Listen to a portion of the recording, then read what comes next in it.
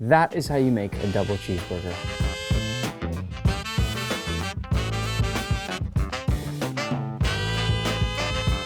We'll start by making our buns by adding some all-purpose flour, milk powder, sugar, salt, and instant yeast to the bowl of a stand mixer. Now give that a quick mix, add in your eggs and water, then add on your dough hook attachment and mix until just combined. Next, while still mixing, add your butter 1 tablespoon at a time, bit by bit until all that butter is fully combined. Once all that butter is incorporated, turn your mixer up to medium-high speed and let it go for 15 to 20 minutes. Once your dough has cleaned the edges of the bowl and looks something like this, butter a medium glass bowl, then shape your dough into a ball and toss it in. Cover this with plastic wrap, then let it rest at room temp for 1 hour. Then place it in the fridge for 12 hours or overnight. Once your dough is fully hydrated, transfer it to a work surface and divide it into 6 equal portions. Technically, if you want to be ultra precise, you should use a scale here, but as you can see, I've chosen to eyeball it. Your job now is to create tension. You want to shape each one into a perfect smooth ball like this. Place these on a parchment-lined baking sheet and cover with plastic wrap, then let them proof for 1 hour, and now we can finally prep them for baking. All we do here is make a quick egg wash and brush it across each of our buns. Make sure you get all the way around and underneath each one. And then once they're all covered, go ahead and coat them fully and evenly with sesame seeds. You can put as many or as few as you want of these, but remember, as the buns bake, the sesame seeds are all going to spread out. So even if it looks like a lot now, it may not look the same later. The final step, if you want restaurant quality buns, is to add buttered ring molds around each one, which will help them bake fully and evenly. And now into the oven they go. Once finished, they should look something like this, ready to hold the perfect burger. But for now, we'll let these cool off to the side while we make our patties.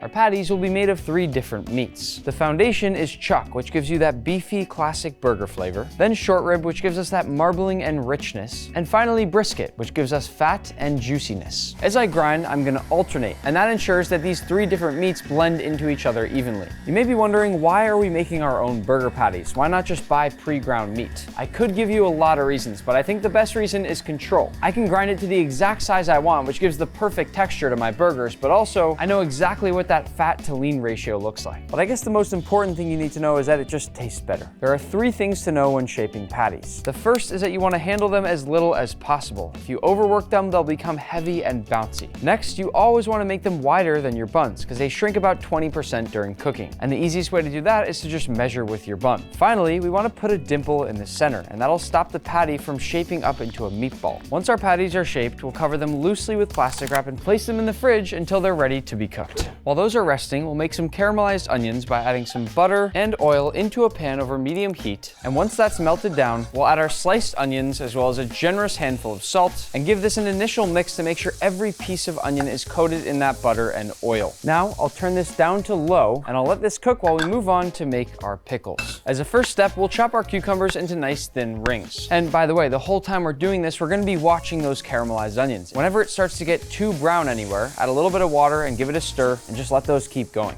Back to these, I like my pickles cut super thin in a burger so they don't slide out. All we do here is add them to a jar. What we're doing right now, by the way, is called the quick pickle method because it takes literally just a few minutes. And then we'll move over here to a small pot and add some water and vinegar, as well as some sugar, salt, peppercorns, crushed garlic, chili flakes, and a bay leaf. I'm gonna take another look at my caramelized onions here. Just a quick splash of water and another quick stir. And now that this has come to a boil, I'll pour it carefully over my cucumbers. Do not cover this right now. That'd be dangerous because of how hot it is. These are gonna turn into pickles very fast and they are so much better than what you can buy in a jar. The longer you let them sit in this liquid, the stronger they'll taste. Last thing to do before we cook our patties and assemble our burgers is make our secret sauce. For this, we'll add mayonnaise, Dijon mustard, a little ketchup, a few chopped pickles, as well as a little splash of our pickle brine, vinegar, garlic powder, onion powder, smoked paprika, and a touch of lemon zest. My caramelized onions need more attention. See that dark char around the edges there? That's what really gives us that deeply caramelized flavor. And then every time you just use that liquid that you add to scrape all of it off. They're becoming all jammy. All those sugars are caramelizing. Look at those. You could stop them whenever, but I'm gonna let them keep going for just a touch more. Let's give our secret sauce a good mix. Sometimes I love if the secret sauce has kind of this beautiful bright pop of color, so I add a little bit of extra paprika or turmeric.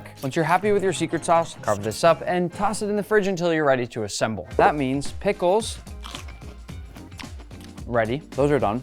caramelized onions, perfect, jammy. Those are also done. So now to cook our patties, first step is to do one final shape. You just want to make sure now that you're happy with how they look. I'm also going to cut my parchment so I can pick up and easily move around my patties as needed. Just before cooking, I'm going to hit each of my patties with salt and fresh cracked pepper on both sides. And once they're ready, we'll preheat any kind of heavy bottomed or cast iron pan. You want to get it ripping hot. Oh no. And once that oil begins to smoke, we'll add on our patties. I've got my buns right here so I can easily measure when they've shrunken up enough. Once you've got that nice golden brown char, go ahead and flip, then add your cheese. I'm using 2 pieces. I like a lot of cheese. And then get creative with whatever method you want to melt it. I feel like I do something completely different every time. While those melt, I'm gonna quickly fry off a couple French fries here. I just bought some of my favorite frozen fries. Today was not the day to make homemade fries as well, but I do still feel that if you're gonna put in all this time and effort making these beautiful homemade burgers, you might as well at least have some solid fries. And while those finish, I'm also gonna toast off my buns. I'm running out of space here. To toast my buns, I'll first cut them in half, then melt down some butter, place each side of my bun face down, making sure they're coated with that butter, and toss on a lid to let it steam. People hate on frozen fries, but they can be some of the best fries I've ever had. Listen to this. Wait till you hear the crunch.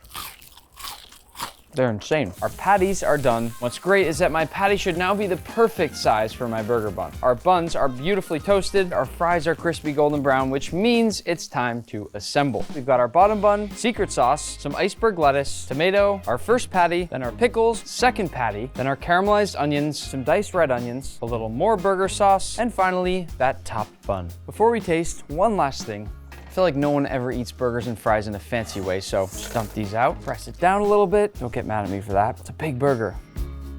It really is one of the best foods. That is so good. I don't know what else to say.